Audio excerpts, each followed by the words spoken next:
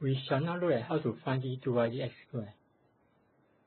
Previously, we have found that dy dx is cotangent t over 2.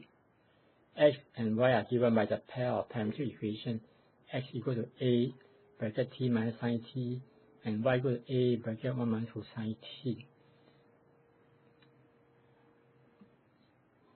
To find d2y dx squared in parametric differentiation, previously I mentioned that you should write d2y dx squared as d dy dx, and then you use chain rule.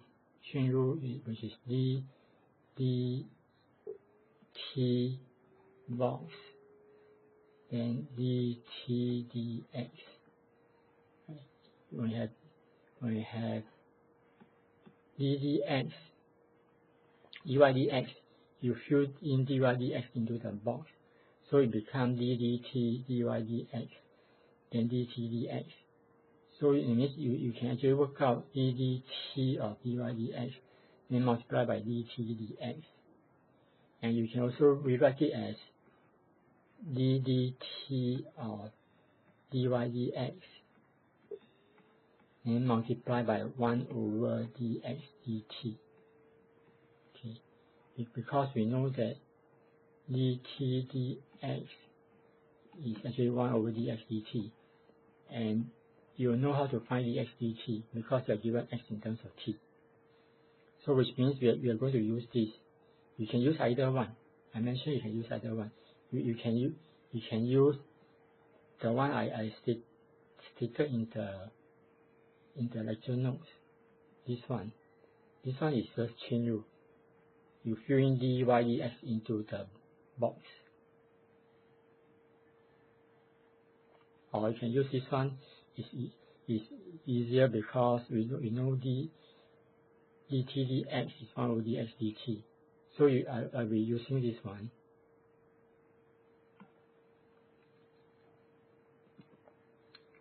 Okay, so it means to find d2y dx squared, you write it as d dx or dy dx, d dt, you write it as d dt of dy dx.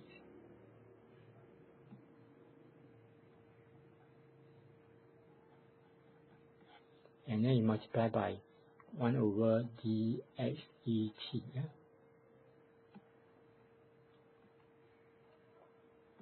So we'll be doing ddt of cotangent t over 2. And you multiply by 1 over dx dt. From here you know that dx dt is a bracket 1 minus cosine t. So it's just a bracket 1 minus cosine t. Yeah? And differential cotangent will give you minus cosecant square t over 2, and then with a half.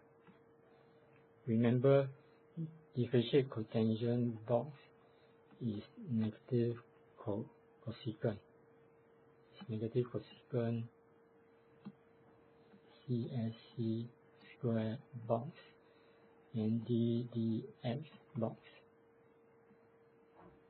And t over 2 will go inside the boxes. Okay, that means t over 2 will go inside the boxes. So which means you get minus cosecant square t over 2, which I have it here, and then there's a d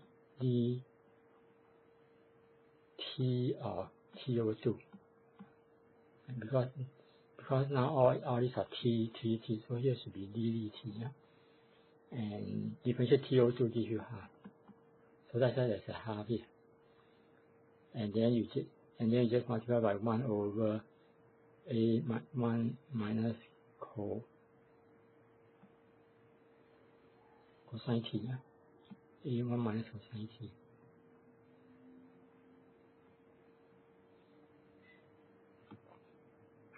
And remember, 1 minus cosine t, I mentioned about cosine 2a is 1 minus 2 sine square a. when you try to find dy dx for the same pair of parametric equation, when you try to derive dy dx,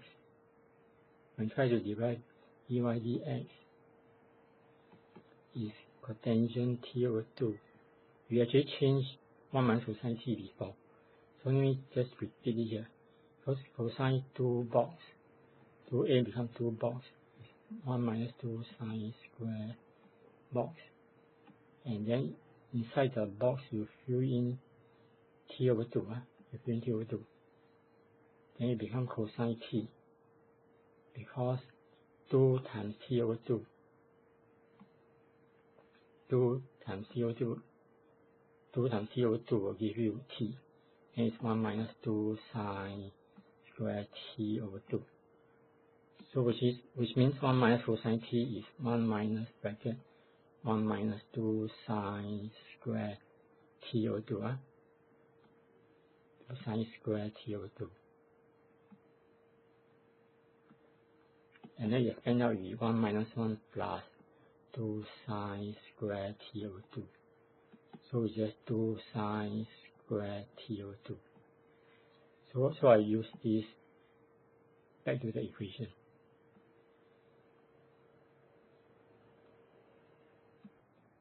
Okay, so I have just mentioned that 1 minus cosine t, right, can be replaced by 2 sine square t over 2.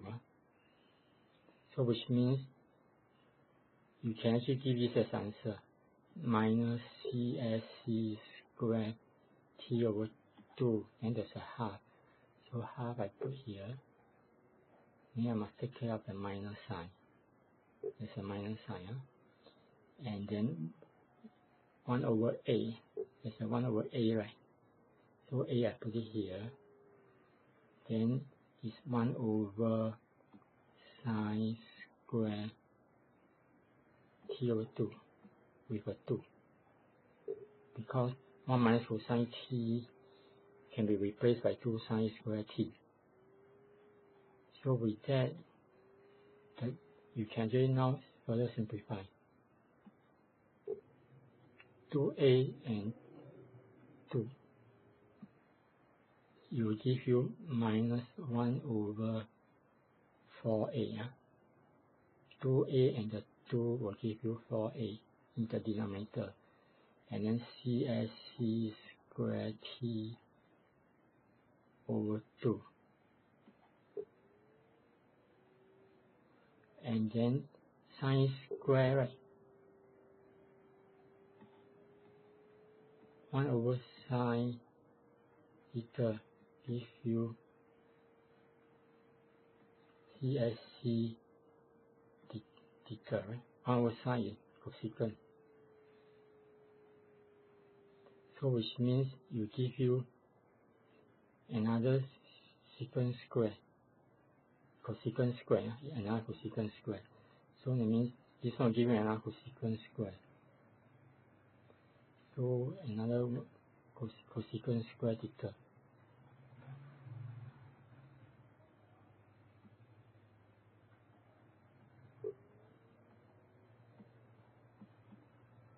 So cosecant square and cosecant square will give you cosecant power 4.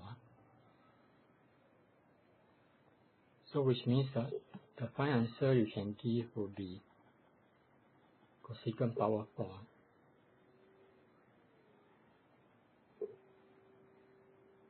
So the final answer you should give is actually minus 1/4, and a in the denominator, and CSC power 4 t over 2. So that will be the final answer.